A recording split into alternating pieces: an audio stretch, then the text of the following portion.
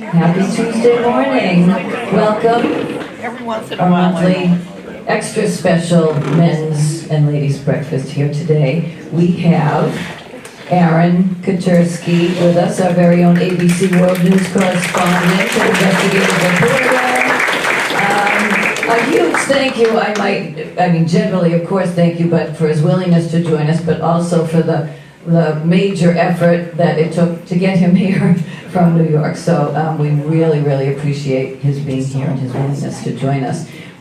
We have many fans of your work here today and career, Aaron, and of course many fans and friends of your parents, which I am sure you know. So they are celebrities in their own right, but you are an extra special Scituate celebrity. And we are very happy to welcome you to the new Scituate Senior Center, which you may not have seen before. Glad that we have the space and the opportunity to welcome you here for a snapshot of the fascinating work that he does, traveling the world and investigating some very important global events for us. So without further ado, and no reason to listen to me when we have Aaron, so I'd like to turn it over to him. Thank you.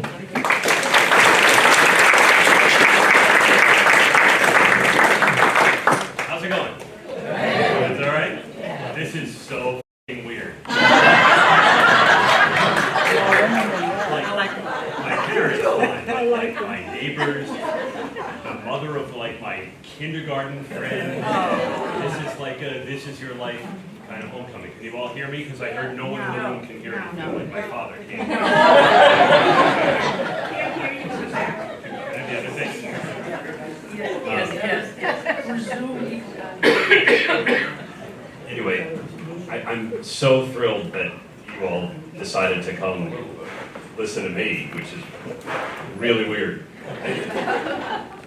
And it's a weird time to be in my business, so it's really nice to be in a comforting, bucolic space and out of New York City, which is either a hellscape on earth or the greatest city in the world, depending on your view. I quite like it there. I miss it here, and it's just so nice to be with you all. Literally 3 days ago, I was in a courtroom with Sean Combs watching Puff Daddy get sentenced. And like days before that, the mayor dropped out of the race for re-election. We did this whole story about a new threat that the Chinese are doing by trying to inundate 911 systems with spam text messages, so that first responders can't use cell service. So it's been a week. How are you doing? And I'm really interested in what you might like to chat about. The news business is good fun. It's challenging at the moment, and has been for quite a while. I will say, since there's a camera rolling, we're kind of off the record, even though this is probably going up on YouTube. So I won't tell about the things you say if you won't tell about the things that I say, and you'll be fine. But I'm really happy to be with you. I think the network I work for, ABC, has given me an incredible ride, and hopefully continues on, because my kid's only in 8th grade and we got a ways to go. But I grew up here. I went to Cushing Elementary School. I went to Gates, which Still there. is here. And I went to Scituate High School, which which is still here, thank God. And thanks to Judy Calla and Carol Wall and some others, I actually learned how to read and write. And those are skills that I fall back on every single day of my existence. If you know Carol Wall especially, she gave me the opportunity to make TV. And that's formidable things happened not far from here. And I remember it every single day. After I left here, I went to school in Syracuse. I moved around a little bit. I lived in Texas. You can imagine my parents' excitement when I told them, you got to come to Houston to see me off to Iraq. And I was the only embedded reporter in Iraq whose parents came to help him pack.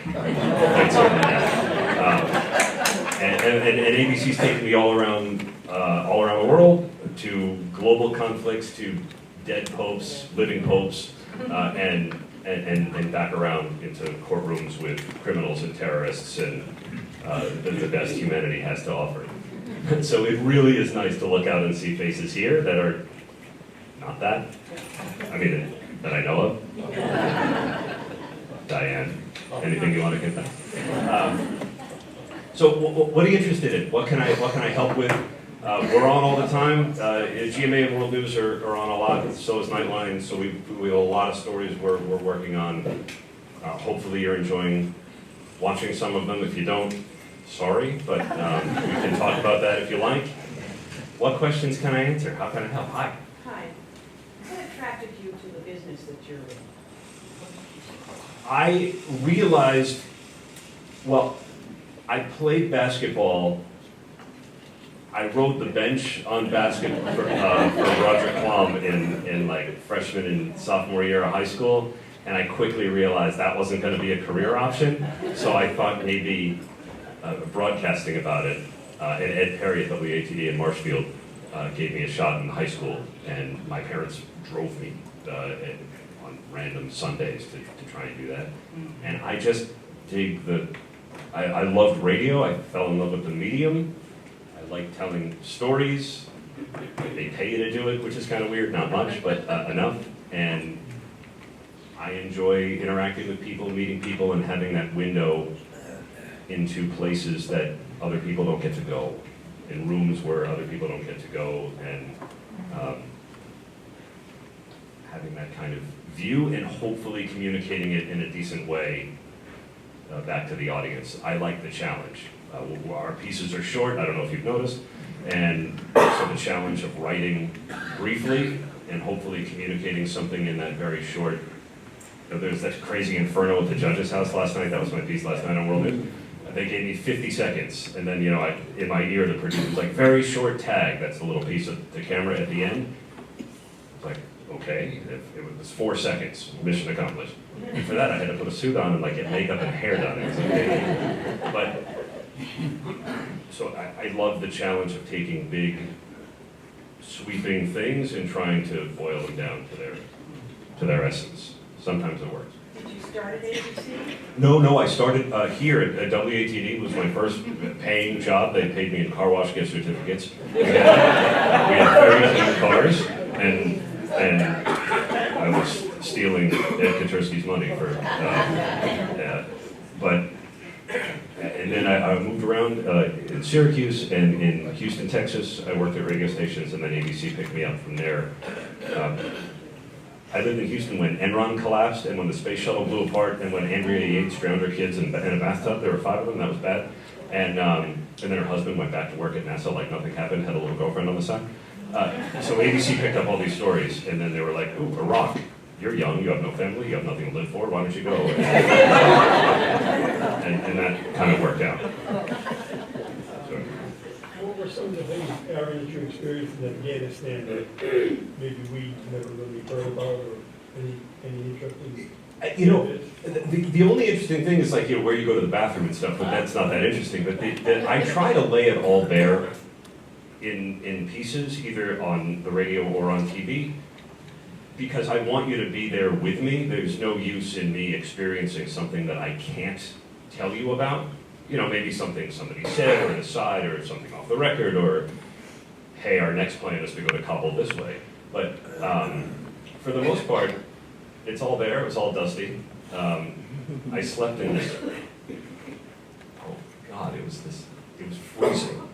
And I was in Paktika province, which is where Bo Bergdahl went missing, and so we kind of were looking for him a little bit, and it was really cold, and we would get on helicopters and they'd drop us into these little villages, and I'd be the guy at the back.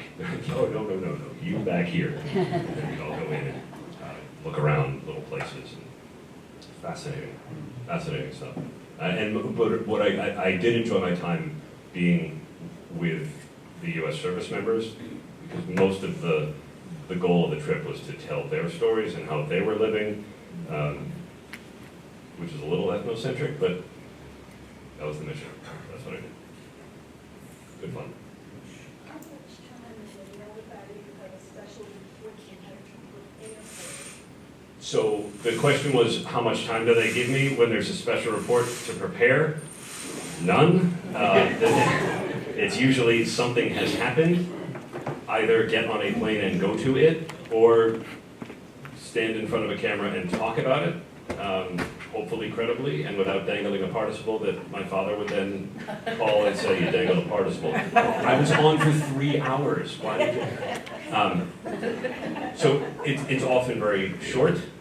Sometimes for World News Tonight, they will call the shows at 6:30. I've been launched on a piece at 5:45, depending on how the day's news is progressing, so I can have some time to prepare, and oftentimes it's last minute. That's why we're frazzled sometimes. I look much younger, really?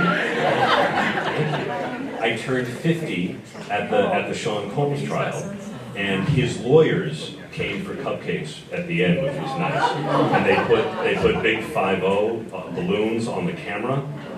It was horrifyingly embarrassing, but it was nice. I think I turned 40 at the Dannemora prison break. Remember that? There's a guy, a couple of murderers escaped with the help of the lady in the prison. That was 40. Turned 30 at the Michael Jackson trial. Yeah, it's been an amazing run. Is there a lot of education that you go through to be able to speak without hesitating and using those hesitations that we all use? And your broadcasters speak very fluently and very rapidly. We try to speak fluently and rapidly. It doesn't always work out.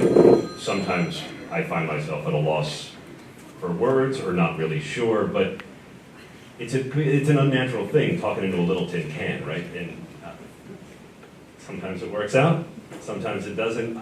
I just remember it always has to be short. There's always someone in my ear saying, rap, stop talking. It's like having your mother in your ear the entire time. And not my mother, it's saying one thing. And so the goal is to, for me, convey the information that I know and to say nothing else. Because that's, I think, when we get into trouble is when we start to either analyze or we start to interpret, and I'd rather have you interpret and have me just give you the information so that you can make your decisions. That's the goal. Aaron, Yes. you keep a journal. I don't keep it. A lot of people ask that. I don't keep a journal, except my reporting is my journal. So I had to ask, on the way here actually, I couldn't remember the last 5 stories I had done. What did I do the other day? And then I look back at the scripts and, oh, right. There's Sean Combs, Mayor Adams dropped out, there's our other thing, the UN General Assembly occurred, Trump said something, more than once, and so that's how I remember the day-to-day. Often, It's still full. blessedly so. Yes. I wholeheartedly agree. If you were to write a book, Yeah. what kinds of things would you put into the book? So the question was, if I were to write a book, I don't know that anybody would read it, but I'm thinking of doing one on the Combs trial because it was it's such an interesting exercise in prosecutorial charging decisions, communicating with the jury, and then an outcome which may not have been satisfactory, especially to the women. And everything you've heard about the trial is only about a third of it because I couldn't put on TV most of what the testimony was about. So I tell you, but there's a camera rolling and I can't say some of the things. But the testimony was quite graphic, it was quite pornographic, and I mean, it's a good read. But but it was horrible. But the events were wrenching. And you can't believe that was testimony in a federal courtroom. So a friend of mine at CNN and I are toying with the idea. Don't know yet. It's a lot of work. Colleagues have written a bunch. My friend John Carl in Washington has one coming out on Trump called Retribution that's going to be quite good. And I'll recommend that one in the meantime. Hi. Hi.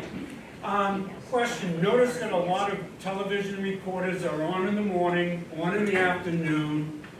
You know, during the day, I imagine you're updating stories or working on news stories, but what are you doing the rest of the time? Finding lunch. We are sort of bound by the clock. You know, Good Morning America's on at 7 in the morning and World News Tonight's on at 6:30, and that sort of doesn't change ever. So it's on holidays, it's on the weekends, except during college football season on Saturdays. So those are our guideposts, and everything else you have to fit around that. So we're up early, we stay late, but that's okay. That's what the job is. And during the day, we're oftentimes fine-tuning a story, trying to find the facts, calling on some people, begging sources for information that they don't want to tell us, hoping that it's right, trying to verify what's on Twitter, which is increasingly difficult. Social media is the bane of all of our existence. But oftentimes, I'm fact-checking, you know, Biff 2370 on Instagram. Okay. That. What is the funniest experience and the scariest experience that you had? The scariest. What's the scariest? Aaron, would you repeat what she? Oh, she asked about the funniest experience and the scariest. The funniest was during Hurricane Katrina. And I was eventually it was in Biloxi, Mississippi, which was sort of blown off the map. But we were in a neighborhood where they were pulling bodies out of a neighborhood. It was unpleasant. But all of a sudden, Secret Service agents started milling about, which was noticeable because there's Secret Service agents in the middle of utter destruction, and it turned out that President Bush was coming to tour the neighborhood with either the mayor or the governor, whoever. And I was with my former colleague Terry Moran at the time, and the Secret Service was like, you guys are gonna have to clear out. And Terry covered the White House, and they said, but we're not clearing out. I haven't showered in 2 weeks. We're not moving. So they just say, all right, Bush comes over, and I was on the radio at the time, so typically the posture is there's a camera and the television presenter, and then the radio guy is always down on his knees. And I look like, this is not how you want to meet the President of the United States. Unshowered, I hadn't changed anything in a very long time. I'd been sleeping in my car, and I had been sleeping with a big burly cameraman in a mold-encrusted hotel room where he knocked out the air conditioning to get it, and it was gross. But funny, because you're like, this is how I'm meeting the President of the United States, cool. And so that was funny, in a weird kind of way. Scary, you can't do the job if you're scared. You know what I mean? I'm scared of my own shadow, but when it comes to reporting, I think our job is to not be scared, because otherwise, my colleague Rachel Scott asked Vladimir Putin the question, famously, and I was like, ooh, damn, girl. And you just have to go with it, and if you stop to think about being scared, you never leave the house. So everything to me is terrifying, but nothing is scary. Does that make sense? I don't know if that's a good answer. I may come back to that. Hey. I don't watch a lot of network news, but I do. Well, when you do, I recommend ABC. I do make a point at 6:30 putting on ABC and really enjoy your style and your honesty when you're reporting. Question, other than your own research, what are your sources of information that you have for the piece that you're going to do? So, oftentimes I'm on the cops and robbers beat. crime and punishment, pick your, somebody said before, you never smile on TV. I'm like, that's because everything I talk about is terrible. And so, David, dead people. So I'm oftentimes on the phone with the police, with the FBI, with all of the law enforcement agencies. But oftentimes it's just my own eyes and ears if I'm covering a court case or just taking notes off of trial testimony. So generally what I'm putting before the audience is something that I've collected and written myself. You should know. If you don't like it, it's generally my fault. We have teams of people that contribute, of course, because you can't do this alone or in a vacuum. And so producers are often gathering nuggets of information. So a piece that will be literally 6 sentences could have contributions from all sorts of different people. And our word choice or our parenthetical clause, all of that is thought out, we hope, and researched and vetted. I have to have at least 2 sources before I can go with a piece of information. I can't just put someone's fact, no matter who it is. We have a whole legal and standards department that tells us how to craft information so that what we're putting on the air is, even if it doesn't always look like it, is generally vetted and thoroughly done. Yeah? On Good Morning America during the week, Yeah. I know your mother loves Robin. Sure? Hasn't married her. No. But wants to. No, but she met my father and loves my dad. Oh. I know. She's a great lady. She's the greatest. And Michael Strawn got hit with a football in his face. Oh, on Sunday, because he does Fox NFL Sunday. Yeah. Did you know about that? I heard, well, we played it and sort of reveled in playing it. But he got hit in they were demonstrating some play and he got whacked in the nose. Yeah, it was I. He'll be fine. He spent his career sacking quarterbacks, so he's A lot of good. nice people are assuming that Very. for our Good Morning America during the week. You can't be not nice at that hour because you're just too cranky, right? They get in at like 3, 4 o'clock in the morning and That's true, they get up. they get up way early. And they're all awesome. They're really, really nice. You should know that they are genuinely, wonderfully nice people. So all I know is your mom wants to meet Rob. I've heard. We're trying to make that happen. We're trying to make that happen. Hi. I got a question about, what are the news outlets thinking about AI? Oh, great question. The question is, how are we thinking about AI? In some respects, we're cowering in the corner because we're not really sure. We are not allowed to use a lot of the AI tools because it's so untested and new. But I think where it can be helpful when we have if we have a transcript of a trial and we need to find all references to X, whatever X is. If we put that into AI, it will save hours and hours of manpower to try and go through a trial transcript. Or there was I don't mean to sound crass, but we cover a lot of mass shootings of late, and there's often, one of them, we're not allowed to use the word manifesto, but it was basically this kid's manifesto, and he wrote it.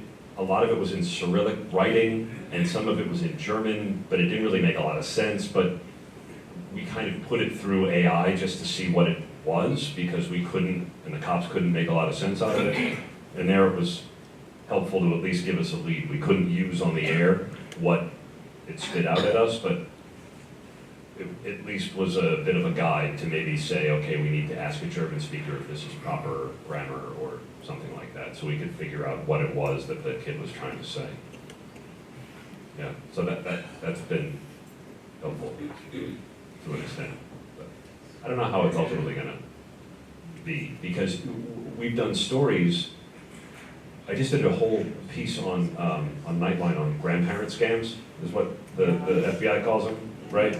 where a voice that sounds a lot like your grandkid is calling you for help because they've just been in an accident or whatever and you need to send money immediately, but the voice sounds like your grandkid, so that this AI guy came in and made my voice.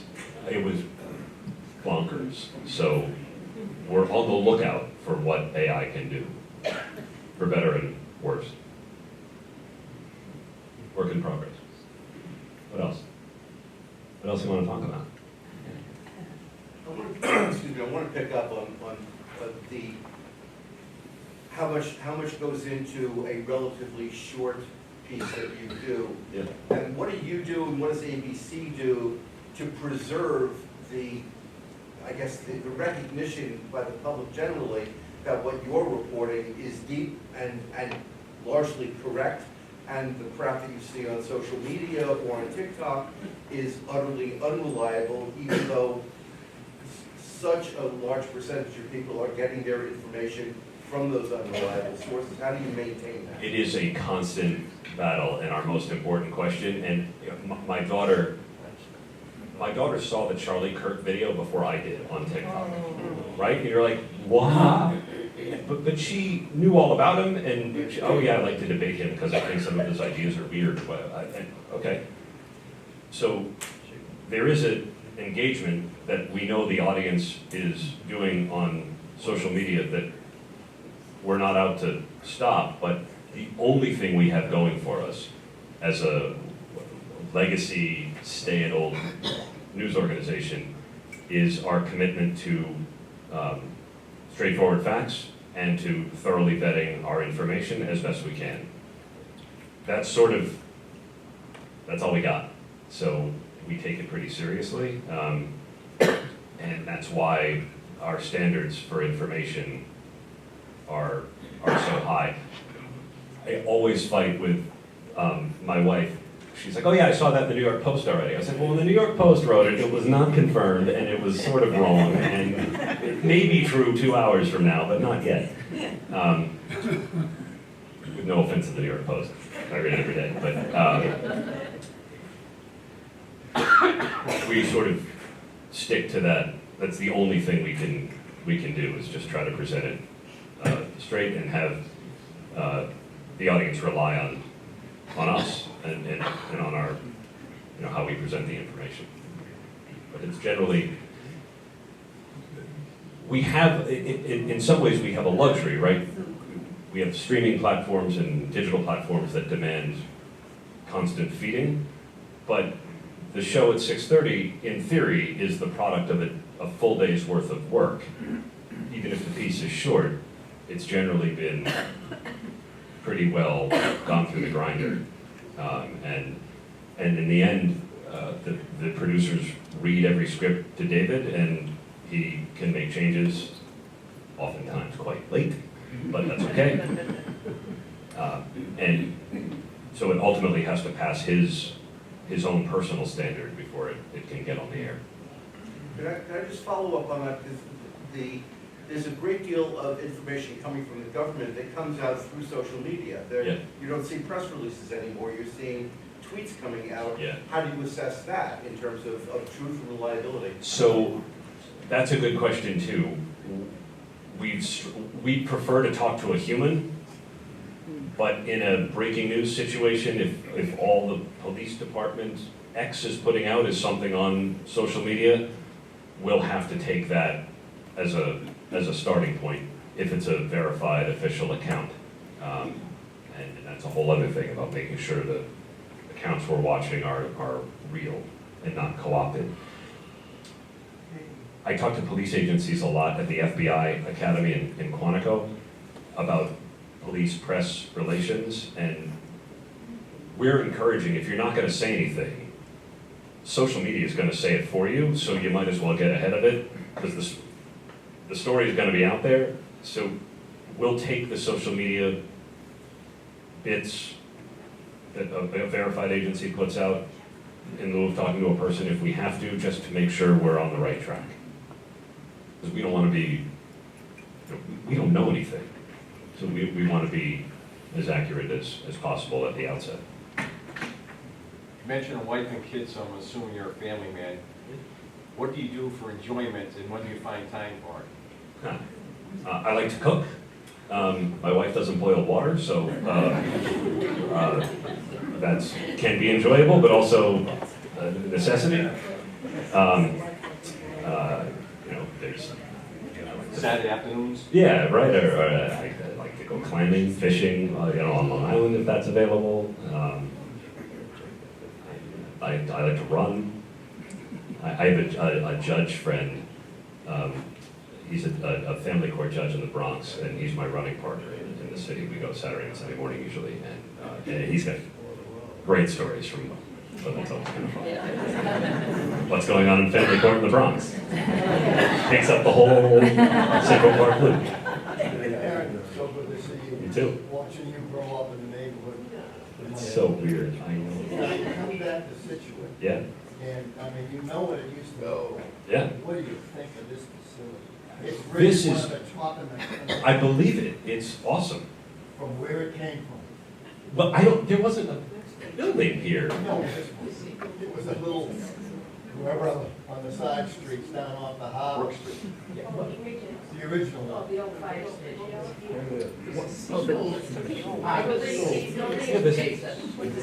The C building was this? Yeah. Didn't I have math with Miss Craver in the C wing? Right?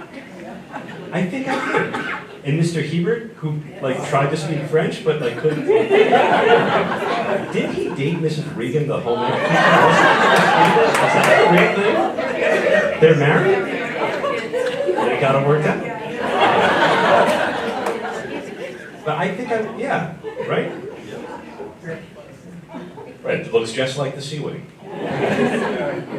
Oh, it's beautiful. This is awesome. What, Scituate got big. Yeah. Too big, well, so I've heard. But yeah, it's great. But it wasn't like this growing up necessarily. No. A little bit, but you used to have to hit on the girls that came in from Brookline to go to the beach, and the imports for the summer. What was her name? Margot? But she liked Brian Hickey more than she liked me, so it didn't really. I don't know. It's all just coming back to me now. I don't really know. What else is on your mind? Yeah, please. Are your sources of information more restrictive now? In other words, you used to see occasional, news coming out of the Pentagon. Mm-hmm. But that seems to have been closed down a fair amount. Oh, the Pentagon kicked us out. And the generals down at Quantico, you mentioned, there's no coverage of that. Other than a picture. The news organizations were, if you wanted to stay in the Pentagon, and we've had a guy, Louis Martinez, who's been there for 20, 25 years. They were going to make us sign a pledge that we wouldn't report something, what they approved. and we wouldn't sign that, so they kicked us out. So that's which is everybody kind of kicked out. Yeah, a lot of us got kicked out because we wouldn't sign the pledge. So, but that happens on different levels. The NYPD kicked out the reporters. All hang out in a place called the Shack, which is a misnomer. It's the closet, the police headquarters. But the mayor kicked out the longtime reporter, from the Daily News, the Post, the Times, to get what he called ethnic media in that he thought would be more favorable. So the Shack is now a tent out on a lawn somewhere in the back of police headquarters. But agencies do that all the time to try and get more favorable coverage. But we just keep at it with all you can do.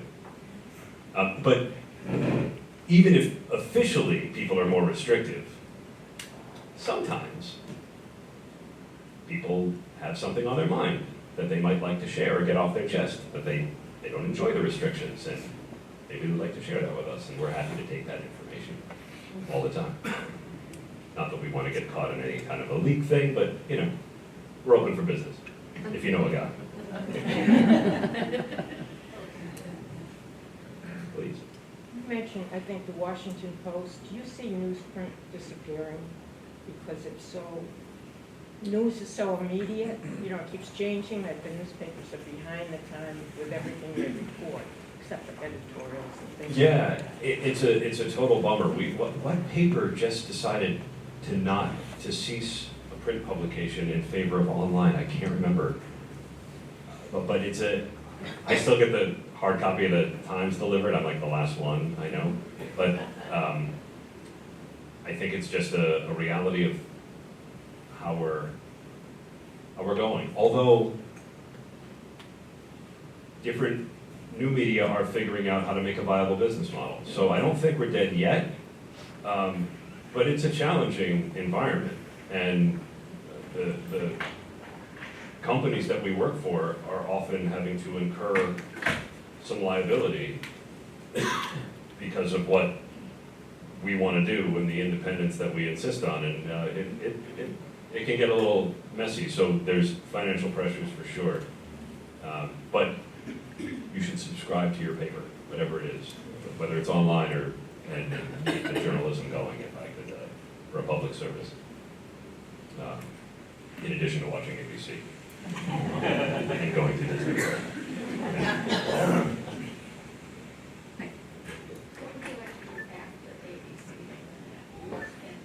Well, I don't want it to end yet because it's been a good run. Aaron, can you repeat the question? The question was, what do I want to do after ABC? I'm going to take a nap. But the thing is, a lot of my colleagues have been there a really long time and don't go anywhere because it's a good gig and the job's fun. The pressures are what they are, but this is just a story. This is not like a look at me. I ran into Diane Sawyer in the hallway yesterday, and I know. But wow, because she's awesome, right? And she was talking about a piece, and she was talking about a piece that I had done and people still, we like doing it. It's a very rewarding thing, so I hope it doesn't end quite yet. I suppose along those lines, is there, just because of all of the information sources and the different styles of reporting generally, do you and your colleagues feel a kind of a renewed sense of responsibility for what information they are able to get to the public in general, to be sure they are hearing the real stories, the real... Well, I like to think the information I'm providing is the real story. I am fully aware that people don't always buy what I'm selling, and that's okay. Sometimes I don't often read the comments on social media, but sometimes I am like an ignorant tool of the left who should be buried under concrete, and sometimes I'm in the tank for the Trump administration and how could you? So that's pretty good if you get both. That's where you want to be. Do you feel like you are walking a fine line often between what some might be telling you how to report or what to report and what you're also hearing from your sources? Not so much. I just want to be right. So I'd rather be annoying to the sources of information than wrong. Or, because it's really scary when you're out there alone. A colleague and I wrote the story when Jeffrey Epstein died by suicide. He died by suicide. Hillary Clinton did not walk in and kill him in prison. And I remember when I hit send on the story, and it was going to trigger a special report on the network on a Saturday morning. It's kind of like, I hope it's right. Trusting your sources. And the same thing happened, the Boston Marathon bombing, when it was reported that there was an arrest at first, and there wasn't. And I had a really good, I knew where the information came from that there was an arrest, and we were under tremendous pressure to report it. And I had a guy that I still talk to today who said, it's not true, it's not true, it's not true. And I'm on the phone with our control room and the president of the news division at the time saying, we want to report it, we want to report it. I was like, don't go with it, don't go with it, don't go with it. I promise you it's, and so there's always that tension. And then of course when Tsarnaev was in the boat, I'm like, he's in a boat, I swear it's him, I swear. They're like, well, are you sure? I'm like, oh, yes, I'm sure, say it. So it goes both ways, but most often I just want to be right. And if people yell at me online or whatever. It happened when, again, another mass shooting. Some guy had written some stuff on the gun, and maybe the ammunition, to send some kind of a message. Yeah. And one of the messages was, you know, we should kill Trump or something like that. And I said there was invective written, and it said, it mentioned this person, it mentioned this person, it mentioned Trump. And online I got hate tweets, feedback, comments, mail. It's not mail, whatever. But to the point where my parents said, are you all right? Like, what are you talking about? But I didn't say the message was kill Trump. I just said it mentioned Trump because we don't like to repeat invective. Like, why encourage that? So that was like a choice not to say it, but you know, some people get mad at that, and that's all you can do is adhere to your standards. Hope that you're getting it right. Most often. What did you major at Syracuse, and did you always know that this was going to be your career when you started out at WATD? I know you've had a successful career, but what was it like when you first started out? I mean, growing up in Scituate, did you do the radio or come to sports here? Yeah, I tried. Not terribly This is my successful. career. Let's go. I really wanted it to be, but you know, I don't know anything, and I especially didn't know anything. Yeah, I grew up here, which is a great place to grow up, but then, you know, I walk into ABC and it's everyone went to Harvard and, you know, from all around the world, and you're like, oh, I'm from a small town in Scituate, where, so I had a lot to learn. I did all the reading that Peter Nord assigned, but anyway, and that was enlightening, but everything is, to me, is new, right? So I just kind of go in with eyes open. But I majored in theology at Syracuse and broadcast journalism, so the joke is I can be a televangelist, but that's far more lucrative. But it never really works out well in the end. You mentioned producers before. I mean, you're the one that speaks on the broadcast. Yep. But the producer, I mean, how does the news item develop? I mean, you see it. How does a bill become a law, kind of a? Yeah. Some producers. How does the process go? So the producer will do everything from research to booking interviews to arranging for a camera I'm a little possessive about the writing, but the good ones will offer suggestions about how to write the piece, and then get me on TV with all the necessary gear. Sometimes they straighten my tie, sometimes, you know, make sure I'm fed, but the producers do all the work for the story, because we have a concept and we'll present it on the air, and I don't think we're just puppets, but you need a partner. They're real producers. Yes, they 100%. At least at our shop, we rely on them to, and it's often more than one on the big grandparents scan story for Nightline. I think ran 8 minutes or 9 minutes. It took 4 or 5 producers plus seniors from Nightline. We went to a few different places for it, so we did a great story not long ago on school safety products. Because of all the school shootings, there's this cottage industry of things you can buy to harden schools that school districts are willing to spend millions on because it pacifies parents, even though none of them work. None of them do anything to reduce school shootings. So we wanted to expose that a little bit. We traveled to up to Syracuse to talk to a superintendent pull a whole $4 million system out of a school because it didn't catch the knife that ultimately stabbed the kid in the back. And so producers are finding all of these characters, booking all these interviews, convincing people to talk, and helping formulate the story to make it all well-rounded. And we're just the face of it. Reporter.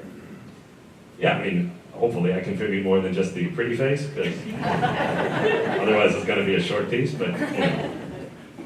With things being pulled off the air, like, I don't know, is it Jimmy Fallon or, you know, the shows being pulled off the air for various reasons, do the news outlets have any trepidation about? Oh, sure. The question was about the late night hosts and the challenges that they're facing, either getting pulled off the air or threatening to try and get them off the air, and whether that affects news organizations. It sure affects, it can affect ratings, because I think people may have punished us for the decision. I'm no expert in how all that works or how the decisions got made, but the only thing we can do is report on it, which sometimes feels insufficient, but you can only do a piece to say, this happened, this is why they say it happened, this was the pressure, and that was about all we can do. But it all kind of has an effect on everybody, sure. When you're with your friends and you're not at ABC, do you talk about what's happening in New York or what's going to happen in New York, in Manhattan? Are you fearful of the future of New York? Nah. New York's been around a long time. It's had good mayors, bad mayors, mediocre mayors, corrupt mayors, mayors that build things, mayors that break things. I think they'll be all right. We talk about it like any citizen talks about the. It's a shame. I happen to really like Mayor Adams. He's a nice guy. He did a cute little cameo video for my daughter's bat mitzvah, but he's probably. Would it not be for certain circumstances, would probably be on trial-ish now, maybe. So things happen, and but yeah, we talk about it all the time. But I don't. New York gets a bad rap. It is not the crime-ridden hellscape that it's portrayed as. You can ride the subway. I do it every day. It's all fine. Sometimes unpleasant, but I highly recommend it. Come see us. Come visit. Check it out. We'll take you around. Aaron, this is not a reflection on your reporting style at all, so don't take it as such. Good. It bothers me, and this happens, I think, more with local reporting. If there's a tragedy, and they stick the mic in front of the mother's face and say, so how do you feel about losing your son? How do you go about walking that balance of privacy and, being gentle with someone, something, severe like that has happened? I am still astonished that people are willing to talk to a reporter about anything traumatic that's happened in their life. So the only thing you can do is to be as sympathetic and as human as possible. I am lucky that oftentimes we have producers that will grease the wheels ahead of time so that by the time we show up, it's already established that we're about to have a difficult conversation. It was the worst thing, door knocking and doing all that. Some of my colleagues are exceptional at it, and it makes me uncomfortable, but that's just because I'm awkward. But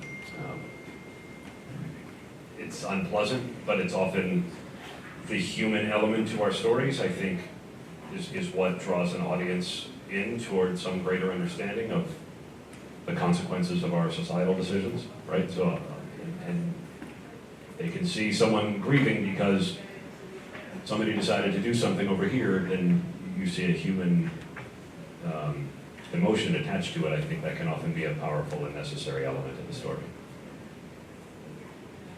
What is the one story that you would like to have covered in more depth, more time spent on it than is being covered now? Oh, the question was what story would I want to cover in more depth and with more time, all of them? First one. On a world stage. I know that's not an easy question. I'm going to pocket that a minute, and I'm going to think about that for a second. To what extent, if any, do political considerations influence what is produced and put on the air?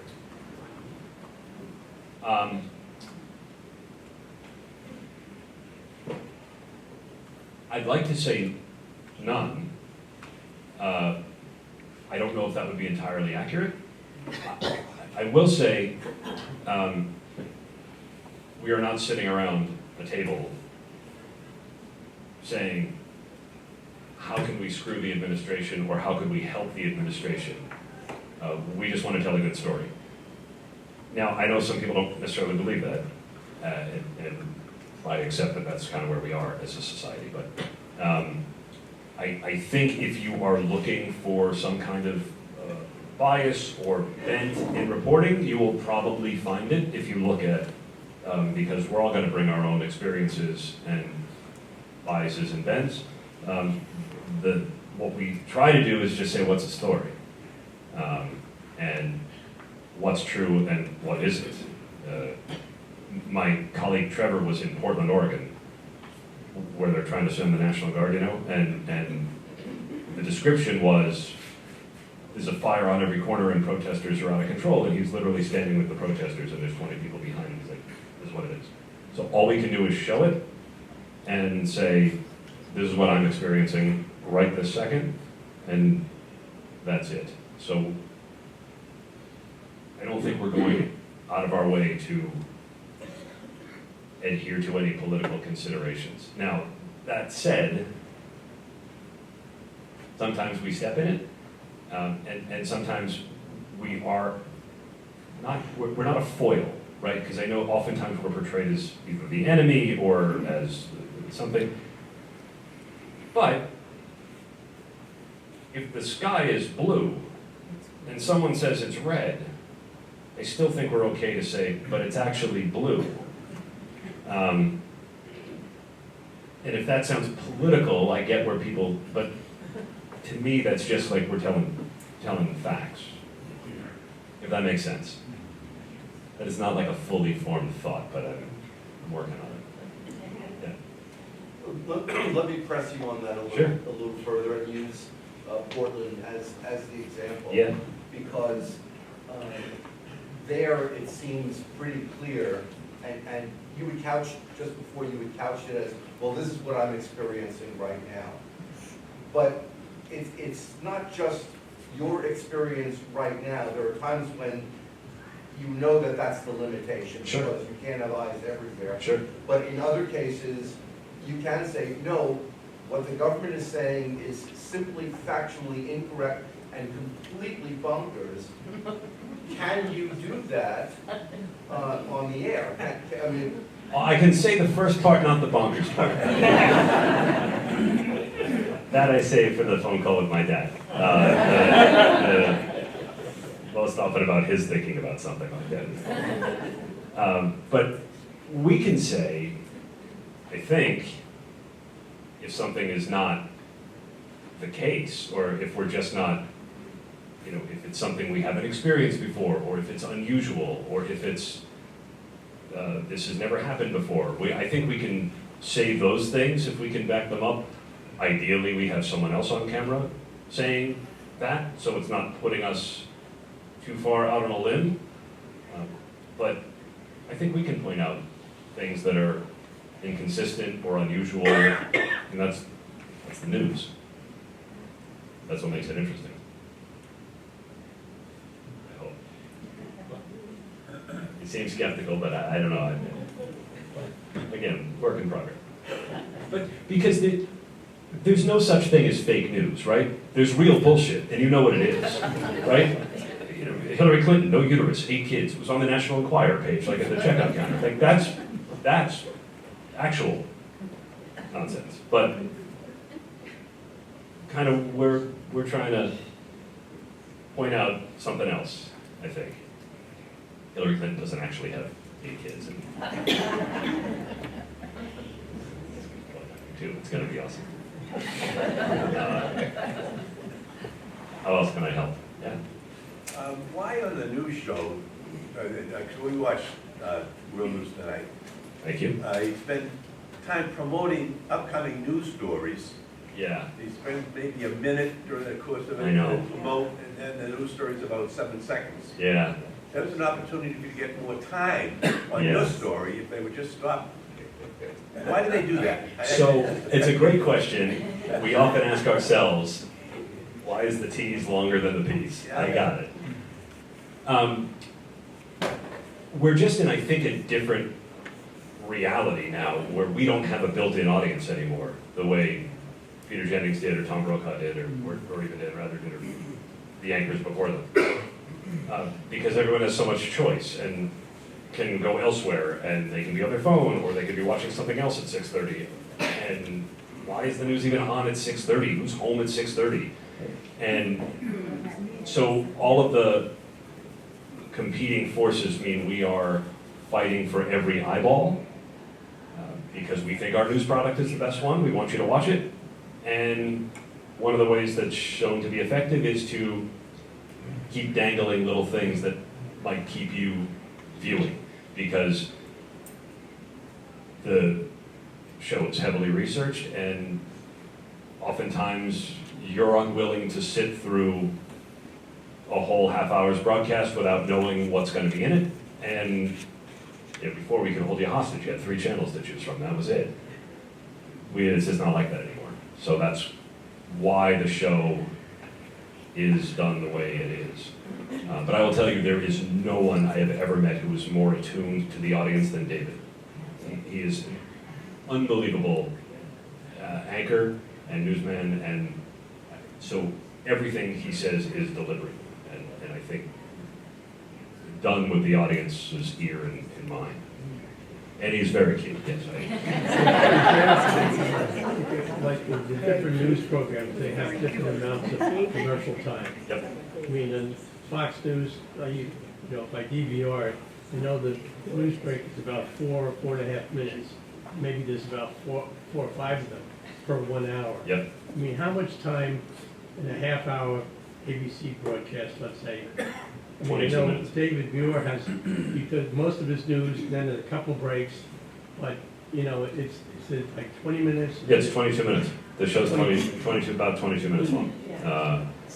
Occasionally we can, they'll blow out a commercial if we go long, or they really want to get a story in, and that causes all sorts of other On the radio, it's funny, if you try to go from one station to another, when they're on a commercial break, they're all on the same commercial break time. Yeah. And they are, because that's how we're rated. So we need to keep you through a quarter hour, and that's why after a quarter hour we can go to commercial, because you're already counted as someone who's viewed or listened. So there's all sorts of weird, again, that's also deliberate. The clock, the story selection, the story length. If you noticed last night we led with Mark Sanchez, the quarterback from the Jets, right? But we did that because we didn't want to lead with the shutdown, and we didn't want to lead with Portland, and we didn't want to lead because you've heard that all day, and a lot of people just can't take it.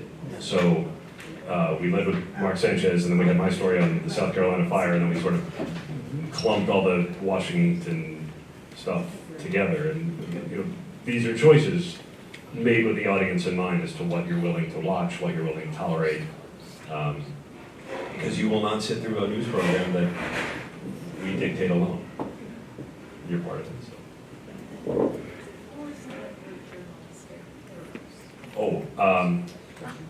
The question was, who are some of my journalistic heroes? Carl Stevens, who was on WBC for a long time, and Gary LaPierre, because anybody who sounds like Gary LaPierre is amazing. Peter Jennings, who's, I think, the best ever. And then different people who write for different, who have the writing styles I just like for different papers, or but those are like the top 3 for me, I think. I think both Carl and Gary had a way of communicating information that was, for me, really effective and interesting. And then I think Peter just did the job the best, right? And went places and was able to tell you what happened from a rather knowing place. And there's others, I think, that are, everybody does it pretty well, but those are good ones. Those are good ones. How does your career life impact your family life, in the sense the conversations around the dinner table with your kids? Because you obviously have such a enormous wealth of information. Are they interested? Does that change their upbringing? Yeah, so the question was, how does my job impact family life? It's interesting, there's two things. One, when something earth-shattering or calamitous happens, it's often left to Marcy to tell Eliza because I'm not there. So it's often left to her to interpret what is going on for Eliza, which is sort of interesting. Although Eliza every night will usually hear me, so the GMA piece, right? I do my little bit to camera, and then the rest of it, the bulk of it is taped, right? The tape produced piece with the pictures and the sound, that I have to narrate generally the night before. So she hears me narrating every piece for GMA, which is cute, unless you're talking about Sean Combs or like some other, you're like, oh, I guess this is what we're doing with Eliza nearby. And so she knows everything, about who got killed and how, and who had sex with who and why, and so it's interesting exposure. So far she seems very well adjusted. You know what I don't know, we'll see. Will there be a feature on Scituate tonight at 6:30? Are we doing a piece on Scituate tonight? There should be, right? But we're here all the time. Because I was telling somebody I was coming up here from our assignment desk, and it was like, oh, we'll be back in January for some nor'easter. Like, still the best picture. It is still the best picture. And any ABC crew that comes through, you should know, generally are met by my parents with a thermos of chicken soup and a bottle of Jameson. So, depending on the crew, which one goes first is always like a... Anyway, that's good. I'm just thinking, with so many tragedies lately, schools, children, does it ever come to the point how much is too much news to report? We were just talking about that yesterday with one of our contributors who researches law enforcement and mass shooter response. And one of the things was, does our reporting on it help or hurt? And his view was that at this point, there is so much of the online cesspool that is, there's a whole cottage industry about talking about killer. I mean, but true crime fans are the same way. They talk about murderers. I spoke at this thing called Crime Con. Do you know what this is? It's like Comic-Con, but for the true crime set. And there's people there that are just obsessed with serial killers. And so I was talking about Rex Heuermann, the Gilgo Beach serial killer on Long Island. And people, they knew everything about his MO of keeping notes and how you needed like different hacksaw blades and weights for table. I mean, this is gross. But people are, I think the ship has sailed when we have that much influence over what happens, or I think the only thing we can do is just say what happened. And sadly, we're moving on quickly to the next one. But I think you'll notice in the coverage,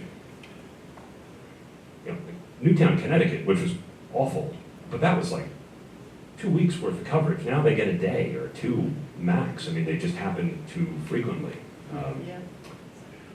So it's awful. But the takeaway for me was that us highlighting certain things can be helpful to law enforcement and making the public aware that these conversations are existing online, and we're not even going to know until somebody decides to act out. Because we're in a weird spot where the country's awash in guns, and disputes or grievances that may have been aired either with an argument or maybe a knife are now, people are turning to gun violence, and it's a bad spot. Thank you. Would you share any insights into the current state of the shutdown? Oh, I don't know much. Thankfully, I don't work in Washington. But government shutdown, and it doesn't seem ideal. I know that I can't get any information out of the federal prosecutor's offices because all the spokespeople are on floor. And but I don't have any insight as to whether they're close, far, or anything like that. I rely on my DC colleagues and keep a healthy distance from that place. Been very nice though. Can I help with anything else? It's so nice to be here, and, oh, please, go ahead. Aaron, Yeah. you are so wonderful at what you do. So nice of you to say. I enjoy it so much. But I'm just curious, is there any other profession or job that you have ever thought of being except a wonderful Camp counselor, maybe? Not really. I dabbled with theology in college. I thought that like a clergy thing would be kind of interesting at one point, but I'm pretty happy with this life choice. See how it goes. See how it goes.